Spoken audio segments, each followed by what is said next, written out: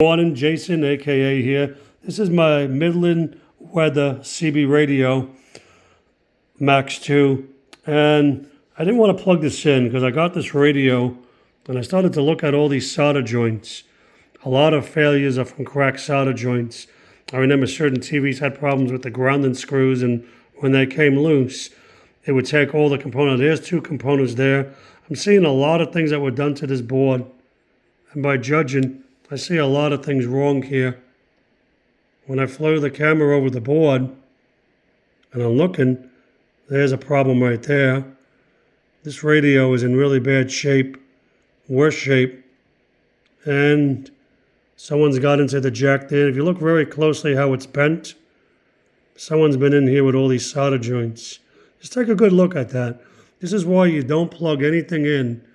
If you look over by the Phillips screw and everything, and you look at all these components, someone's been into this radio, and this is a radio that would require a lot of work and to get it going. This is why I plug into a Variac, or I do the dim light bulb test, because if I was to plug this in, chances are if there's a problem somewhere, components can short, and it can be from electrolytics. And I want to stress this, everything related to circuitry and repair is not always solder in a capacitor or electrolytic and you're good to go. There could be damaged traces on the board. There could be the glue that people use on electronics that becomes corrosive. Now, if a board gets damaged, it's because a cap leaked, but that's not always the case. It could be cracked solder joints.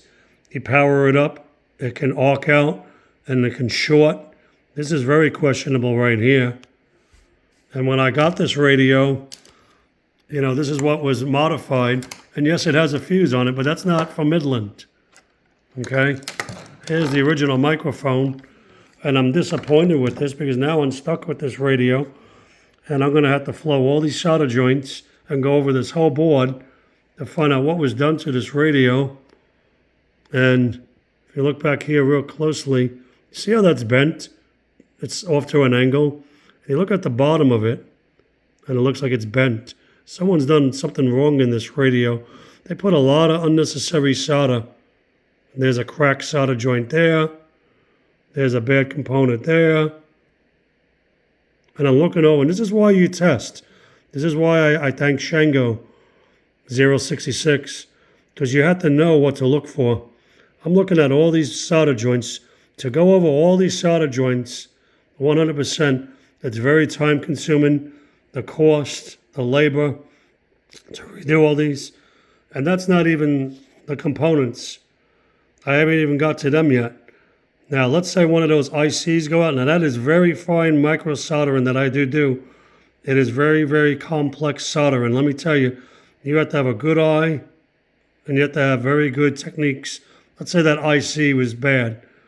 I see a lot of problems in this radio, and this is what I tell people. They see an electronic item, they want to plug it in. No, definitely do not plug this into your car. This is where things can short. I never plug anything into my power outlets in my car because that's how you can destroy components. If you were to test this radio the right way, is to go over every component and see if everything's out of tolerance or value. If let's say I cracked the board here, a lot of people would want to scrape off the traces and damage the board. You'd want to be very careful and install jumper wires, and you'd want to reattach the crack by using an epoxy resin. A lot of boards you got to be careful with on chassis because you handle them wrong, they can crack. I'm not going to get into all the TVs. There's different levels of entries, and here's the original mic that came with it. This radio is a wash. For me to do all this, someone wanted me to look at this today. And I said, even if I get it going, there's no guarantees how long it will work for.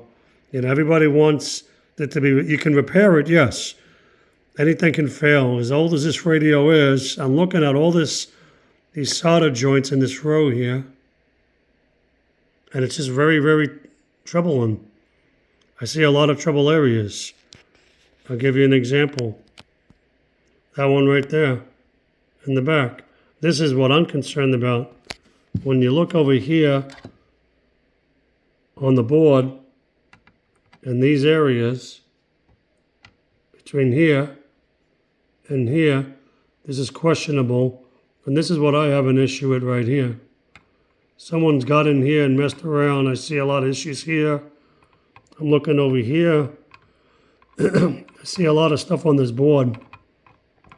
This is why you don't ever plug in a lot of electronics. You can damage components. Let's just say you have a bad solder connection.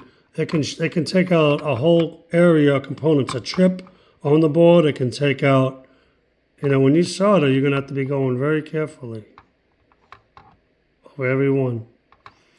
I'm looking over. These are questionable. Someone's been into this radio, and that gets a red flag up over here. And if you watch Jordan Pierce's videos, it's like the black and white television that he picked up. You got to know what to look for. This is what's really concerning me. Right over here is that right there. I'm going to give this back to the people I got it from, and from what I gather, it's not revisable. You could spend an arm and a leg and a fortune repairing all this. Look at these solder joints here. Look at this area right here, and that area. We're talking about right in here. See that right there? Something's damaged that board there. That's questionable right there. Someone's been in here. This is no good. It's going to take a lot of time. I'd be at least over $150 to repair this board, or whatever it is. You can, and I don't guarantee anything, because then they're going to come back and say, well, oh, you fixed it, and then it's broken, and then they're blaming you. And I remember, you buy things as is, and it's not new. This was given to me to look at, and I'm giving it back to the owner today. It's not worth fixing. Be very careful when you buy these so-called electronics online. People can say one thing. If you look at the board here, you can't even, I would have to unsolder this board here. They soldered it to the metal cabinet here, and I have seen chassis like that on TVs and other electronics. But be very careful what you buy online and what tells you what. I'm not going to be redoing this radio. Until next time, peace.